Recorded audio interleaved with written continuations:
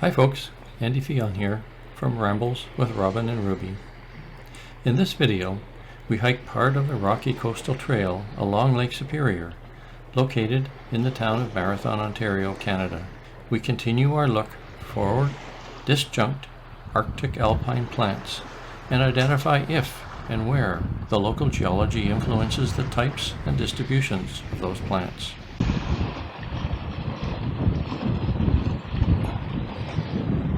The part of the trail we hiked runs along the shore of Lake Superior, north from the boat launch in the town of Marathon, towards Carden Cove. This video was recorded on June 8 and June 9 in the year 2025. Lake Superior weather changes quickly, and you will pick up on such a weather change between those 2 days. As we walk, I will point out some geological features that I see. Now, it's not my intent to saturate you with geological details. Rather, I will highlight some simple geological features that influence the distribution and types of plants, or geological features that are just interesting to see. Enjoy! In case you missed my previous video about my search for disjunct Arctic alpine plants, composed along the north shore of Lake Superior in early June 2025, I'll put the details of that video in the description of this video. And now you may wonder, why look for disjunct Arctic alpine plants along Lake Superior? Well, part of the answer is the cold Lake Superior water that moderates the local climate to create conditions that resemble an Arctic alpine climate. That cooler and wetter weather during the summer helps to sustain Arctic alpine plants that became established in this area at the end of the last ice age, about 10,000 years ago. For the record, on June 6, 2025, the water temperature of Lake Superior in this area was about 4 degrees Celsius, or 39 degrees Fahrenheit. Not exactly typical of a warm southern summer day, but ideal to sustain disjunct Arctic alpine plants. So that is one reason why Arctic alpine plants grow along the north shore of Lake Superior. Because I am looking for evidence that geological features influence the types and locations of plants, let us start with a large and wet geological feature in the area, namely the Great Lakes. In this video, I focus on the north shore of Lake Superior because it sits adjacent to the area we hiked. One geological process that influenced the shape and location of Lake Superior took place about 1 billion, that's B for billion, years ago, when great geological forces began to pull apart the North American continent. A valley called the Mid-Continent Rift was created. Fortunately for us, that process stopped after the rift was partially filled with igneous rocks and softer sedimentary rocks. Nevertheless, the rift was established and it influenced the future shape of Lake Superior. A much younger geological event created the actual Great Lakes, including Lake Superior. That event was the most recent ice age, when ice sheets covered almost all of Canada and parts of the northern United States, about 25,000 years ago to 19,000 years ago at its peak. The ice sheet in places was more than a kilometer thick.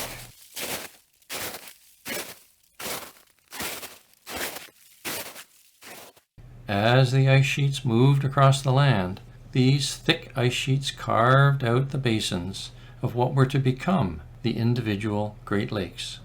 The ice sheet was thickest about 23,000 years ago. At the end of the Ice Age, starting about 15,000 to 11,000 years ago in this area, the Earth's climate warmed, and the ice sheet started to melt. A good illustration of meltwater that's coming from the toe of the Athabasca Glacier. It's a milky brown color, and it has a high concentration of rock flour, which gives it that milky brown color. Huge volumes of glacial meltwater flowed away from the ice sheet, creating outwash plains, and began to fill the basins carved out by the glacier to create a proglacial lake, like the Sunwapta Lake seen here in front of the Athabasca Glacier in Jasper National Park, Alberta, Canada. One such basin that was filled with glacial meltwater now contains Lake Superior water. Now, there are many other geological events that contributed to the creation of the Great Lakes, and this simple summary focuses only on Lake Superior. Let us again recall that the huge volume of fresh water in Lake Superior is an important reason why its water temperature remains cold during the spring, summer, and fall. That cold temperature and cool climate helps to support disjunct Arctic alpine plants along the shore of Lake Superior, plants that normally exist thousands of kilometers to the north in the Arctic and alpine areas. As we walk on the rock pavement, one feature you see immediately are slabs of rock that appear to be distributed in a helter-skelter way along parts of the rocky shore. Likely, these slabs of rock were initially lifted by the expansion of freezing water along a horizontal or vertical crevice. Once separated from the main mass of rock, the loose rock slabs were pushed around by slabs of Lake Superior ice, and possibly even during particularly fierce Lake Superior storms. The presence of these helter-skelter rocks leaves you with an understanding of the power of ice and storms on Lake Superior. Let's continue our walk along the rock pavement. The rock you walk over is called syenite. It is part of what geologists call the Coldwell Complex. The pink color of the syenite rock comes from the pink-colored crystal called potassium feldspar, which makes up most of the syenite rock. In places, you may see very large grains of potassium feldspar. I'm guessing potassium feldspar orthoclase. You can see the crystals of the feldspar sparkling in the sun. I'll try and move so you can actually see them change.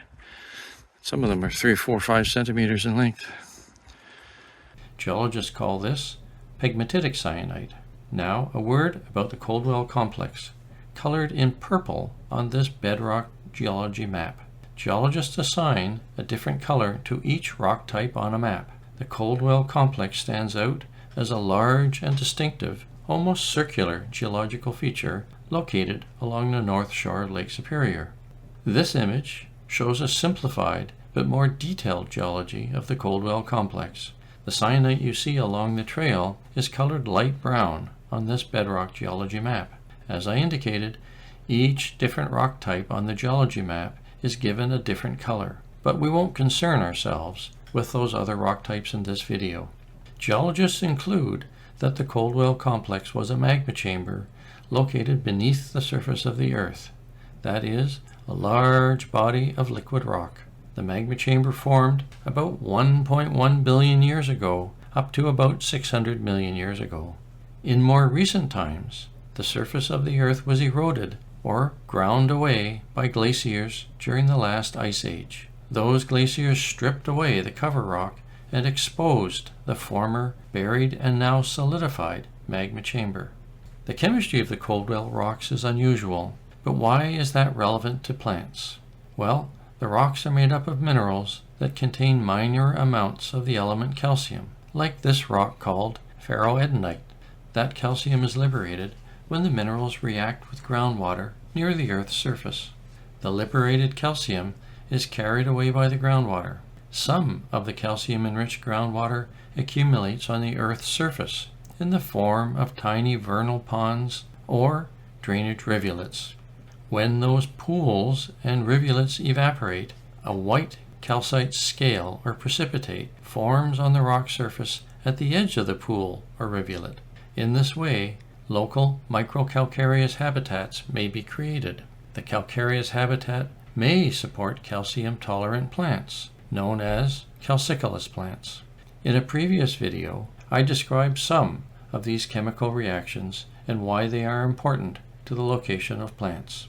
So, what other geological features might you encounter as you walk along the shore trail? The syenite rock is cut by fractures that formed at various times during the history of the rock. These fractures appear as cracks and crevices in the rock. The fractures trap dust and decaying vegetation to create soil. If wide enough, the fractures also protect the plants from harsh winds, snow, and ice. In that way, the plants are able to take root in the trapped soil and remain protected from the harsh weather while growing on a bare rock surface. Oh, and we have a signal over here from Libby. Something exciting. Oh, looks like bird's eye primrose, and more, and butterwort in flower. And that is exciting. Wow, look at it all. Lots of bird's eye primrose and lots of butterwort. Again, growing in the cracks and fractures. A lot of these cracks and fractures are filled with three-leaf cinquefoil. I'll have to confirm the name, but I believe this is also an Arctic disjunct plant. It's not in bloom yet, but has a nice, lovely set of white flowers.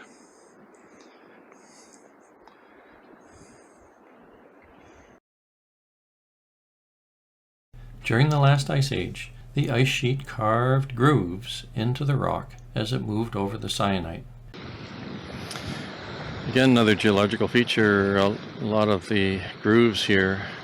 A couple of ways the grooves can form.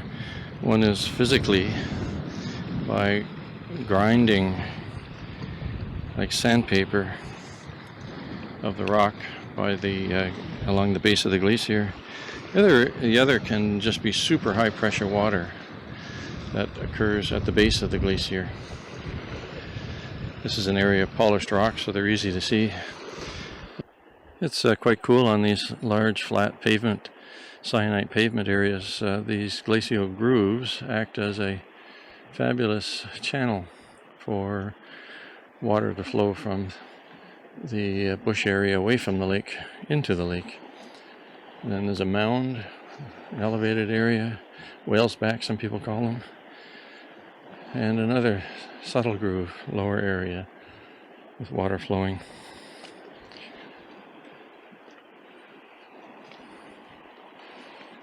And then a little subtle whale's back mound and another groove, glacial groove. You can see where the glacial grooves are carved out as they approach the lake. And again, that's largely created by at the base of the glacier during the last ice age. Quite common if you look back along the coast where we've walked. You see little points, little mini headlands sticking out. And they've been separated by grooves. Dust and soil also collect in and along these grooves, which then serve as a foothold where plants grow, watered in part by the depressed rock channel. Some grooves trap water and become a mini fen, where several varieties of plants grow, and where mosses, sundew plants, and common butterwort eke out an existence. In this little glacial groove, there's lots of moss. There's something that, with my boot, I'll just point to it. Wazzle will shoot me. I think this is a rush, but I'll have to look it up. There's also lots of sundew, little tiny sundew growing on the moss itself. There's one there. You can see all the red ones here. It's sundew, like the butterwort, is I guess generously called a carnivorous plant. It actually traps insects on the sticky resinous material that grows on the tips of the leaves, or the special structures. And by digesting those insects, the plant supplements its nutritional needs, because typically these bog areas, although there's a micro area, they're not rich in nutrition. So it's a niche that these carnivorous plants have adapted themselves to fill. There's also, again, what I have been calling bog bilberry. I could be wrong, but if I'm wrong, I'll be consistently wrong, and we'll get the right name in for you. quite cool. Just a little microhabitat here. Another curious geological feature that is not common along the trail is called a pothole. Potholes don't appear to influence vascular plants, but they certainly would be a haven for algae later in the summer. Oh, another geological break, another feature.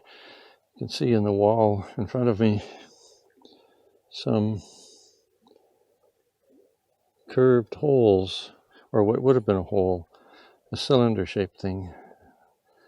Those might have been potholes in the early days in the post-glacial history, where water roaring from beneath the glacier was discharging and perhaps picked up some cobbles or boulders, and they almost sort of hydraulically drill into the rock itself to give you these wonderful curved surfaces that where we see them in other places are in fact open cylinders. So that's just a guess, of course, because it looks like part of the wall has been removed, and what you have left is a relic, a remnant of what could have been a pothole. Another feature created by glaciation. And I won't mention the bathtub that's sitting right on top of it with the boulder. See if I can point to it somewhere just in there. There's a bathtub. I'm sure that water gets nice and warm and probably slimy as the summer progresses. The next geological feature I want to share is called a whaleback. So another neat geological feature, we'll call it a whale's back or roche moutonnées. You can see the front end here is gentle. The glacier is moving from right to left, and it leaves, as it gouges out the rock, leaves you grooves, but you get this tongue shaped almost like a loaf of bread of rock that is smoothed, carved by the glacier as it moves in the direction I'm walking. And then typically at the very end, you get a very rapid termination, and rocks have been plucked out at this end, so you end up with a sharp sort of cliff at the end, down ice, down direction. So again, glacier has moved from right to left, and then it starts over again, and you get another smooth rise, and you get the gentle slope up, looking like a whale that's breaching. So a whale's back or a roche moutonnées. Classic geological or glacial landforms.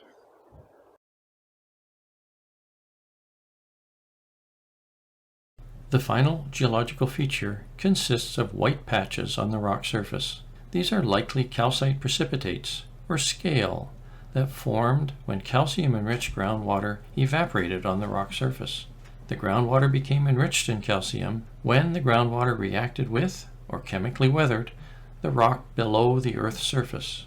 Calcium-bearing minerals in the rock reacted with the groundwater, causing the release of the element calcium from the rock-forming minerals. That liberated calcium was dissolved in the groundwater and carried away. Some of that calcium-enriched groundwater discharged on the rock surface, where it evaporated, leaving behind a white scale on the rock surface. Is the white lime, calcium-rich, created by alkaline or limey water that has evaporated.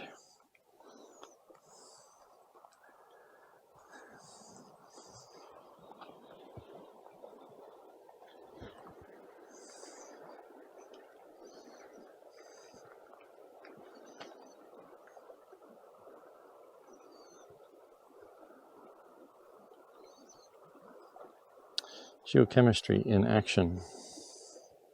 White scale that's on the rock seems to form along the ridges or the edges of little rivulets or even little tiny vernal pools.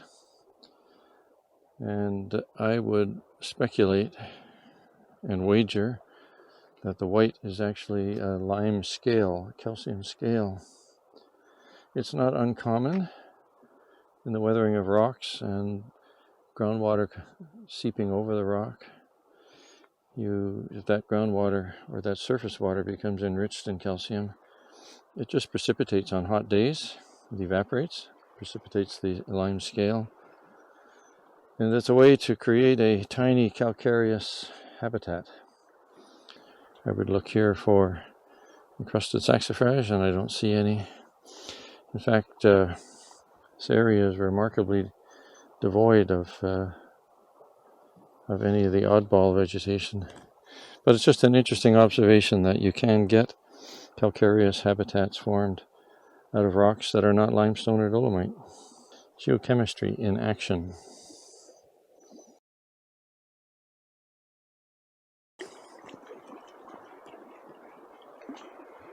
Wow, lovely, I don't know if it's sunburst lichen.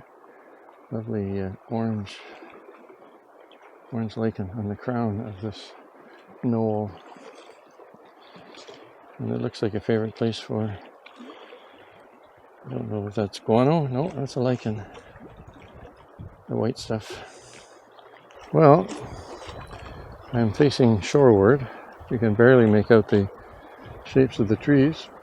Now I think we're going to pull the plug and head back. It wasn't as floristic today as it was yesterday. That's sort of the direction we have to go. Libby's standing way out there in the fog. Anyway, it's a lovely piece of waterfront real estate by Marathon, walking north-ish from the boat launch area. Just spectacular. I can see why the group of 7 used to really enjoy coming here. It's quite scenic. Anyway, there's a good mix of geology, glacial features, and flora. So, hope you have learned something new about the interplay between some simple geological features and plants, including some disjunct Arctic alpine plants, by watching this video. If you are so inclined, please consider liking or commenting on the video, as that tells YouTube there is some value to the content, at least to the two of us. Thanks, stay well, and see you in the next video.